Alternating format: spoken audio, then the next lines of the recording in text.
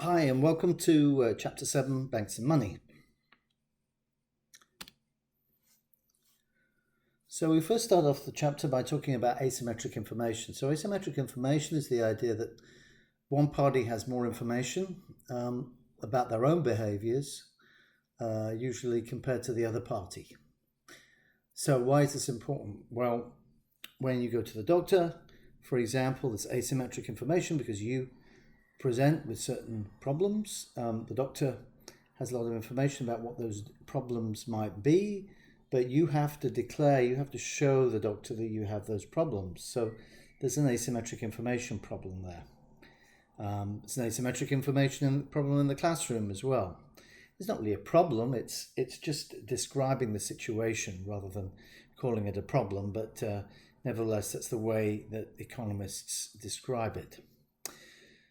So in financial markets, this can lead to inefficient outcomes. Why? Because if you're thinking about giving a loan, for example, you want to know all the risks involved when you give a loan. But of course, the individual or the entity you're giving a loan to knows a lot more about their own operations than you do as a financial institution. So there's an asymmetric information issue there. There are two types of asymmetric information problems. The first is adverse selection. This happens before the transaction occurs. And there's moral hazard, which happens after the transaction occurs. So typically, the offer of insurance is an adverse selection problem. Because if I say, well, I'm going to offer health insurance to anyone, obviously the people who are going to come along and want that health insurance will tend to be the most sickest. So that's why many health insurance companies want to know pre-existing conditions, because they want to know what kind of risk they are opening themselves up to. Moral hazard happens after the transaction, and moral hazard can be where you sign up for something, say insurance, but then decide that because you've got the insurance, you can take more risks. So for instance, if you're a smoker and you live in a house and you decide to get fire insurance, then when you've got the fire insurance, you might be less worried about being careful smoking in your house, because if the house burns down, hopefully not with you in it, but if the house burns down, then you'll get compensated. So the problem with asymmetric information is that the scarce resources of society can be wasted or misallocated, and economists ask, well, how can this be corrected? That's one of the leading questions in this chapter. The second part of this chapter, by the way, just describes the basic functions of banks, and I'm going to put that into a separate video. So first of all, we start off by looking at, the sources of funding for companies in major countries, so the US, Germany, Japan, and Canada. And you can see that in the US, bank loans actually are not a major source of funding, but in most countries, other countries, they are. Non-bank loans are the major source of funding, and bonds in our country. Stocks are not the major source of funding anywhere. So there's some facts that we want to first of all lay out. Now this comes from the Mishkin chapter that I sent you. So I've integrated the Mishkin chapter in with the Brandl chapter. So first of all, I cover kind of the Mishkin elements in there and some examples, then I revert back to the Brandl chapter. But I've integrated them all into one PowerPoint here. So fact number one, stocks are not the most important source of external financing for businesses. You can see that from the previous chart. Fact number two, issuing marketable debt and equity securities is not the primary way in which businesses finance their operations, on a global basis, that is. Indirect finance is many times more important than direct finance. So in other words, going through some kind of financial institution. Financial intermediaries, particularly banks, are the most important source of external funds used to finance businesses on a worldwide or global basis. Financial system is among the most heavily regulated sectors of the economy, perhaps with the exception of the pharmaceutical industry being more heavily regulated. Only large, well-established corporations have easy access to securities markets to finance their activities.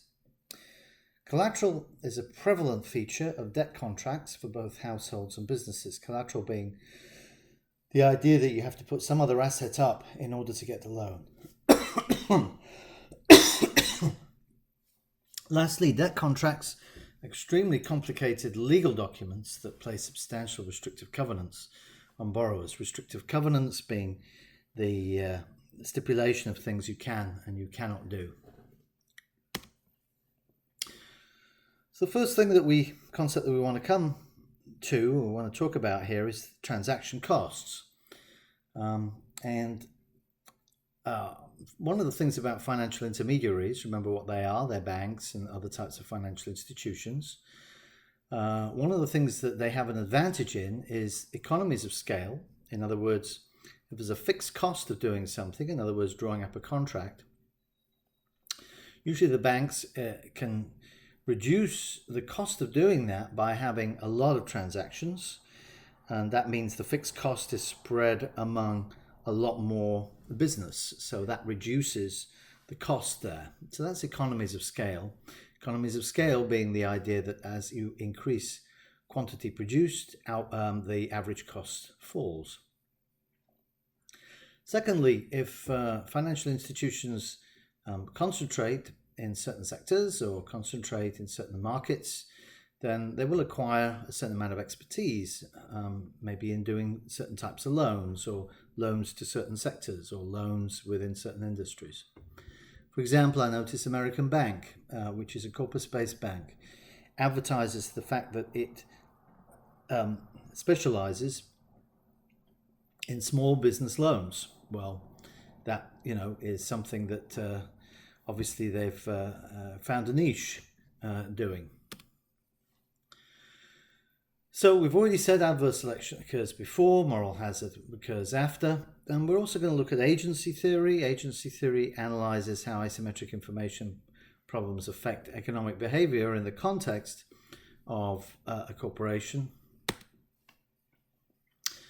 Now, when we look at adverse selection, the classic example of this was a famous paper by George Akerlof, a Nobel Prize winner in economics, called The Market for Lemons.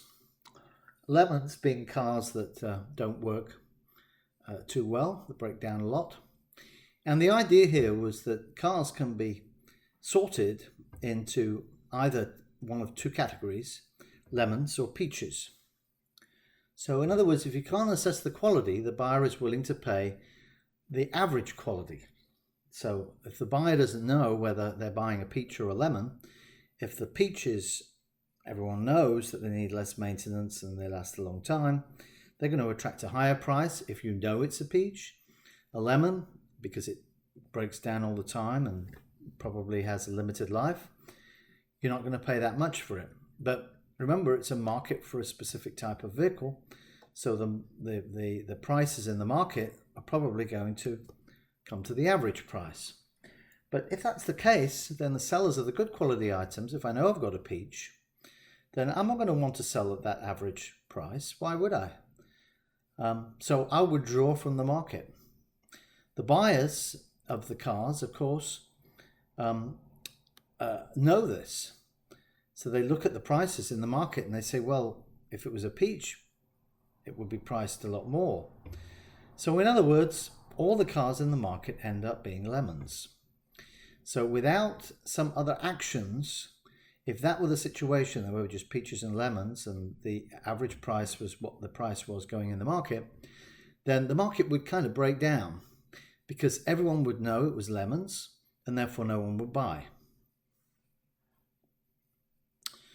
So this problem partially explains fact 2 and partially explains fact 1. We're going to have to remember what these facts are, so I'm going to go back to them now. Fact 1 is the stocks are not the most important sources, and issuing marketable debt and equity securities is not the primary way.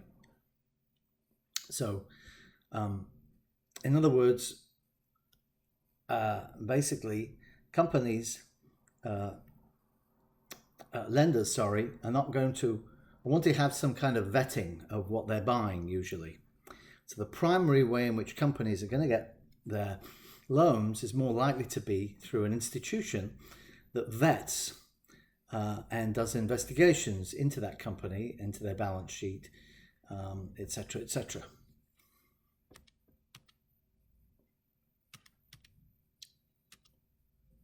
Whoops. Yeah, so that clears that one up. So if we can have some kind of regulations or some kind of features in the market that improve the asymmetric information problem in this case, or the adverse selection problem, what that might they be?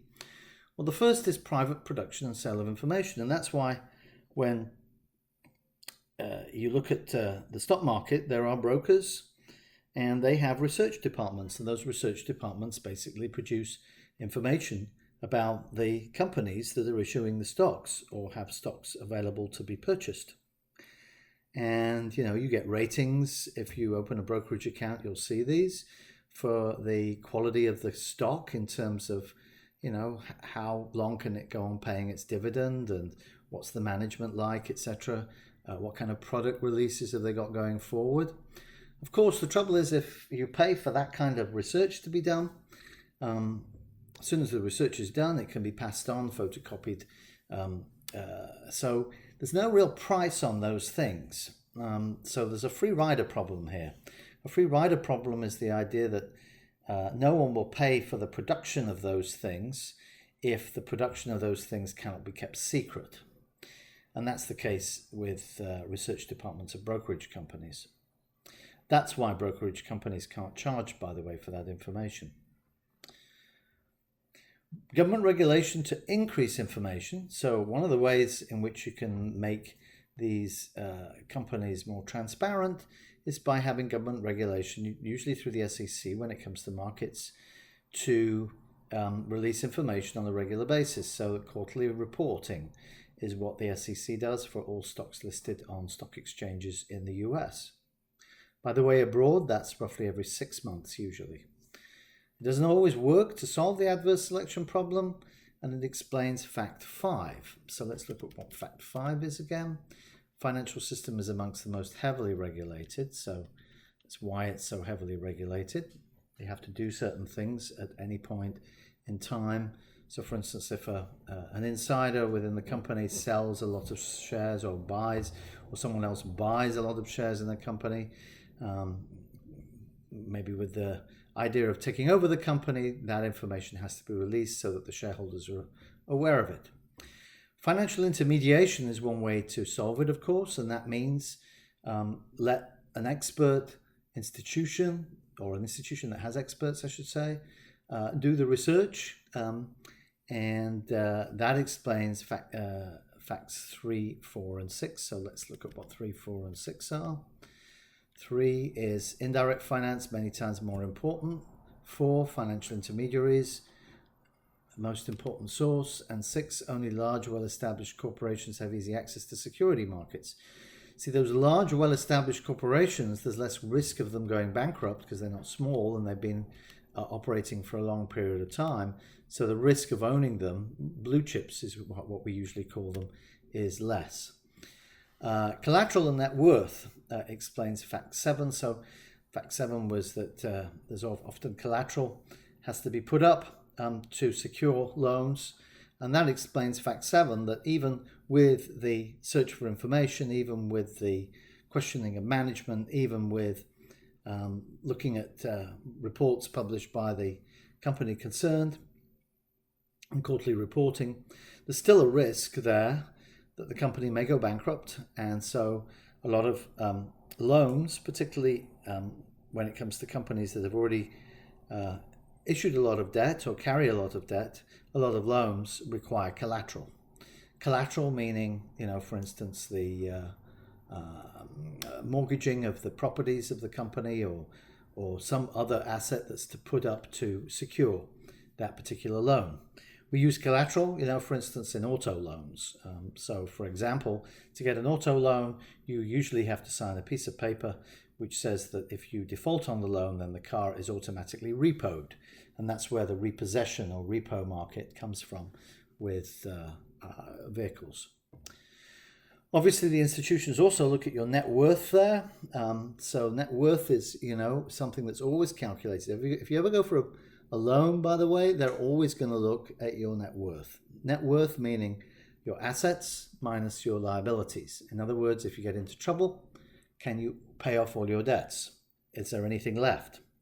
If your net worth is negative, it means that they're probably not going to give you a loan. Why? Because, without having some collateral. Why? Because if you did go bankrupt for some reason, then someone wouldn't get their money.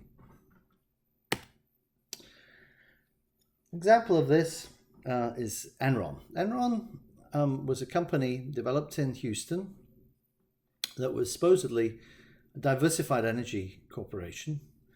Unfortunately, the accounts were set up in a very deceptive way.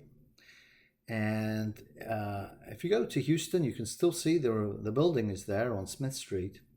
It declared bankruptcy in December 2001, and up to that point, the largest bankruptcy declaration in US history. The problem with Enron was that it was hiding what it was doing. And although the board of Enron tried to convince its staff and the financial markets that everything was okay, they were hiding bigger and bigger deficits and borrowing more and more money. They became like a Ponzi scheme. A Ponzi scheme is where you have to raise more money to pay the debts that you owe. And you're constantly amassing more and more debt until you're having to raise money to issue more and more debt until, of course, you can't pay off any of that debt at all and you go into bankruptcy. And that's exactly what happened in Enron.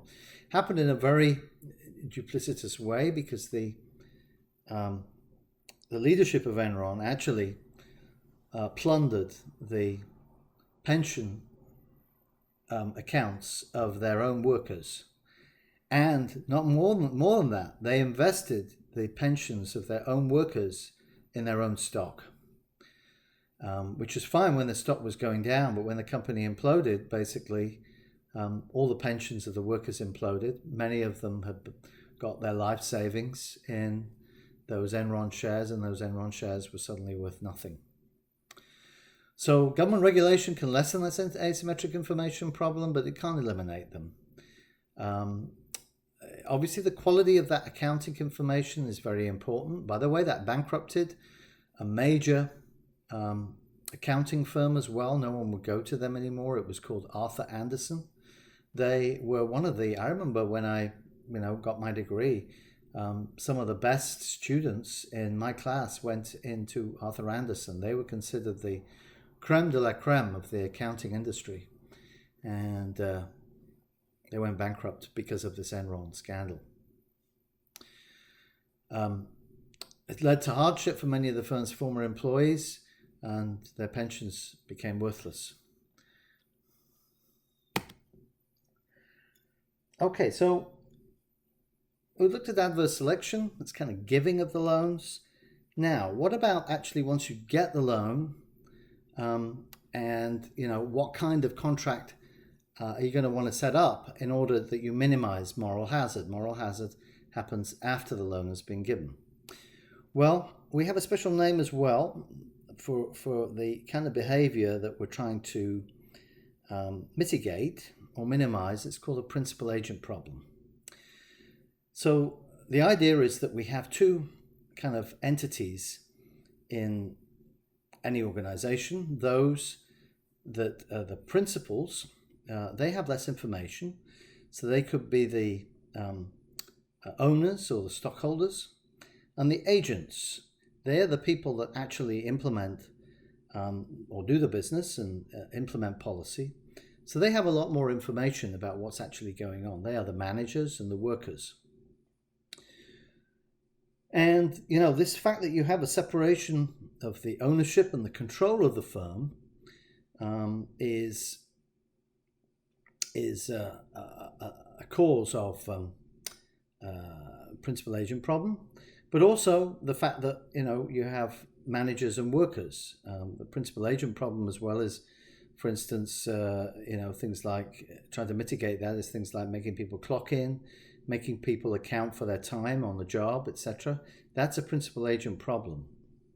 So managers pursue personal benefits and power rather than the profitability of the firm. That can be the case for the principal agent problem between the owners and the the people controlling the firm, basically the day-to-day operations of the firm. So how do we solve these principal agent problems? Well, first of all, monitoring what's going on. Often shareholders will want feedback about what's happening and why it's happening, and etc. By the way, a good example of this is what I encountered recently. I bought some stock in a company that's mining for potash in the northern part of the UK. The management was very rosy about its forecasts and about how this potash was a different type of potash. It's going to transform the potash industry. Got a whole bunch of shareholders to invest into the company. Then the company could not raise any more money to finish off the project. Well, the people in charge of the company obviously had different incentives, because if they got taken over by another company, then they would probably still keep their jobs, and they may actually get a bonus for finishing off the project. Whereas if they did the hard work and got funding, that was a lot of work, and they may end up going bankrupt and losing their own shares in the enterprise. So what happened was they got another company to take it over at a very low price, and that meant people like me lost quite a bit of money. I wasn't foolish and put my whole life savings into it or anything, but I hear reports of people in the UK who did, and they lost a lot of money. So, if you're going to monitor what's going on, once again, those that have superior information, inside information, there's a free rider problem there, and that goes back to fact one again.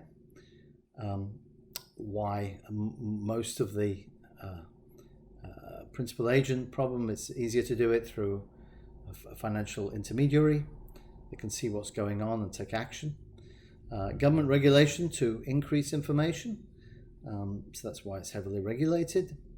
Financial intermediation is the major way in which this is done, and debt contracts as well are a way to solve the principal agent problem. Just buying shares, of course, does not, in this potash mine, for example, does not guarantee for me, a shareholder, that I'm going to get the information, or that the company is going to act in a way that's consistent with my well-being.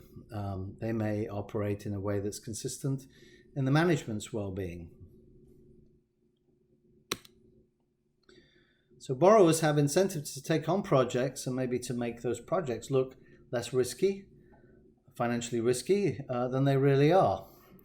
And that was what I found in my own investing here. Probably won't touch another minerals or metals type mining company again for a long time. I've got my fingers burnt there. So this also prevents the borrower from paying back the loan. With certain industries, there's a lot more scrutiny of what they're doing. Mining companies in particular, as I now know to my own cost. So what are the tools to help solve this problem? Well, it's the net worth and collateral issue here. So make sure that you put make sure that you have enough backing up the loan that you give the company. So in the potash mine that I talked about, there was a contract there that the potash mining company had negotiated with JP Morgan, a big banking corporation, that if they raised a certain amount with bonds, corporate bonds in the bond market, then there would be a certain amount of money released, a very large amount of money released on a kind of revolving loan basis for the company. So in other words, there was collateral going to be there, someone else's collateral, someone else was going to put up money for the bonds before JP Morgan would lend money to them. So in other words, JP Morgan was saying, well, we need to see other people who are interested in this before we're going to commit any of our money to it. So it has to be incentive compatible here. Monitoring and enforcement of restrictive covenants. If you give a loan and you put restrictions on it, then you want to discourage undesirable behavior. That's why many car insurance, vehicle insurance companies now like to monitor your driving behavior by putting some kind of gadget in your car to see whether you're actually a good driver or a bad driver, and then they'll decide what kind of premium to charge. Encourage that desirable behavior. Keep collateral valuable. So, that's why when you have some kind of accident, it says in the contract that you have to tell the insurance company that you've had that accident. Provide that information in a timely manner. Of course, another way to solve it is to go through financial intermediation. So here are these facts, and here's a nice summary of how you solve those facts.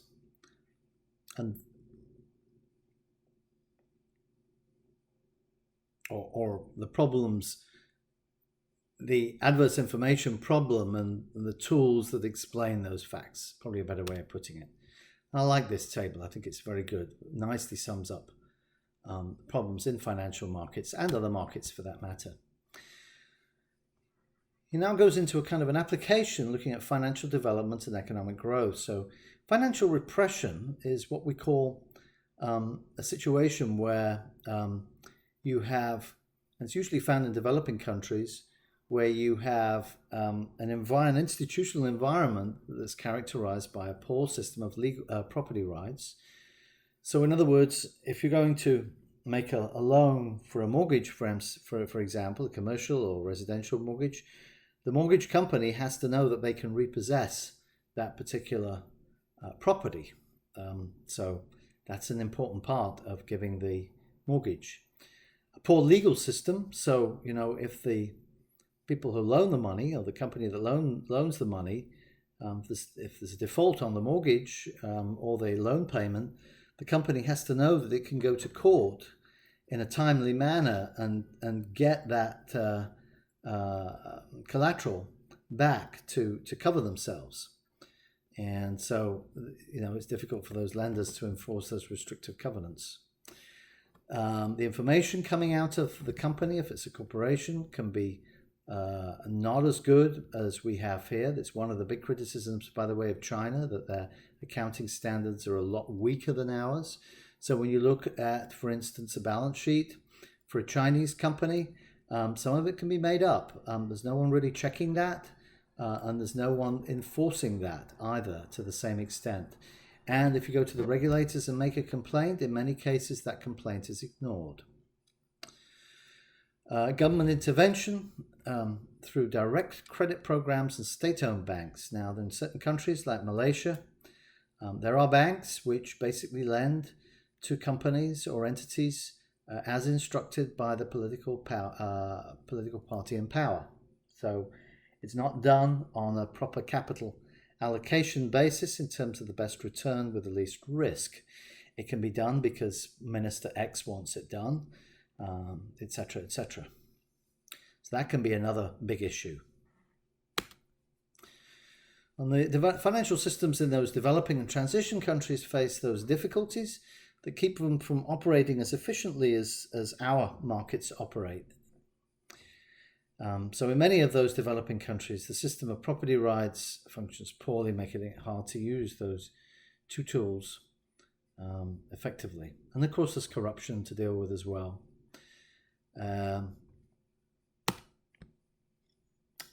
And in those countries, there's what we call the tyranny of collateral. So to use property such as land or capital as collateral, a person must legally own it. Unfortunately, it is extremely expensive and time-consuming for the poor in developing countries to make their ownership of property legal. So you have to, for instance, fill out forms, file them, have them with the requisite government department, etc., in your name. So when the financial system is unable to use collateral effectively, the adverse selection problem worsens because the lender needs even more information about the quality of the borrower in order to distinguish a good loan from a bad loan. In other words, the kind of lending market breaks down because we've got this kind of market for lemons problem. We don't know what's a good borrower and who's not a good borrower. And here we go into another application. Is China a counterexample to the importance of financial development? China has a system of state banks, and they are the ones that give the loans. Now, as you can imagine, the Communist Party is an important entity in China because it's still a communist country. So many of the state banks are not solvent. In other words, they don't make a profit. They operate at a loss. Many of the loans that they're instructed to give are instructed by Communist Party officials. And so China doesn't allocate its capital very efficiently. So it requires that it improves its financial system. And the Chinese leadership is well aware of this problem, and the government's announced that state-owned banks are going to be put on the path to privatization. So those are the biggest banks in China as well. One of the interesting things about China, if you ever go there, I've been there, is that the thing about the state bank system, though, is that if they want something done, if the Communist Party says, okay, we're going to build a road here, they instruct the banks to lend the money, and the thing gets done incredibly quickly. So the rate of development that China has achieved, one of the ways it's achieved that extremely fast rate of development is because the government hasn't had to worry about money being raised for projects or getting a private sector partner on board, making the thing profitable. If it wants it done, it just goes ahead and does it. So here we revert back to the Brandl slides. Some of this we've kind of covered, but he goes into a few other areas. So we talked about information collection. We talked about the free rider problem and relating to that. Government required disclosures, that's the SEC. Screening, meaning you are doing research and into the potential borrowers or into the potential investments that you want to do, financial investments. Here he talks about principal agent problem. The agent usually being the management or the workers, depending on how you are setting up the principal agent problem. And what you've got to do is look at how the incentives of each party differ. One of the reasons, by the way, why a lot of people advocate the idea of share incentive schemes for workers is that kind of solves, if you like, the principal agent problem, because some of the agents then become principals. So if you're a worker and you own shares, then suddenly you're much more interested in how the overall company is doing rather than just collecting your paycheck, because you're a shareholder too. So many successful organizations have actually done this. That is given not just the management, but workers some kind of interest in the corporation as well. Moral hazard is the major problem in financial markets. So he covers the moral hazard insurance and lending and then the debt and equity markets here. So we covered kind of the first one. In lending, you lend me the money for X, but I might really want to spend it on Y. Of course, that's usually stipulated in the loan. So if it's an auto loan, you've got to spend it on the purchase of an auto, and the bank wants to know which automobile you're buying as well, because of course it then becomes collateral. The moral hazard in debt and equity markets, the companies issue debt or equity saying they want to do X, but not revealing the true intent or hiding some information to make the offering successful. So that can be a problem in equity and debt issuance. So we've talked about many of these. Some of them we haven't kind of talked about in full detail. So, you know, in the insurance market, you can have these deductibles, of course. That gives you an incentive to maybe drive more safely, and with auto insurance, be more safe when it comes to fire risk if you smoke and have fire insurance. And some of them are adjustable as well. We talked about restrictive covenants. Compensating balances we haven't dealt with. They are usually put into play when, for instance, people who have low income want to borrow. Then they have to put up a certain amount of money, but already have a balance on it. So like a compensating balance. It's a form, obviously, of collateral, but that's one way to solve the problem. Corporate board of directors, making sure the board is aligned with the objectives of the shareholders. Sometimes that's not the case, and that's when you have, for instance, these attacks that come from outside, usually from people like Carl Icahn. If they see a company is not performing well, they'll go in and buy up a bunch of shares and threaten to take over the company, and the company gets scared and then has to change its board to more closely align with the wishes of the shareholders.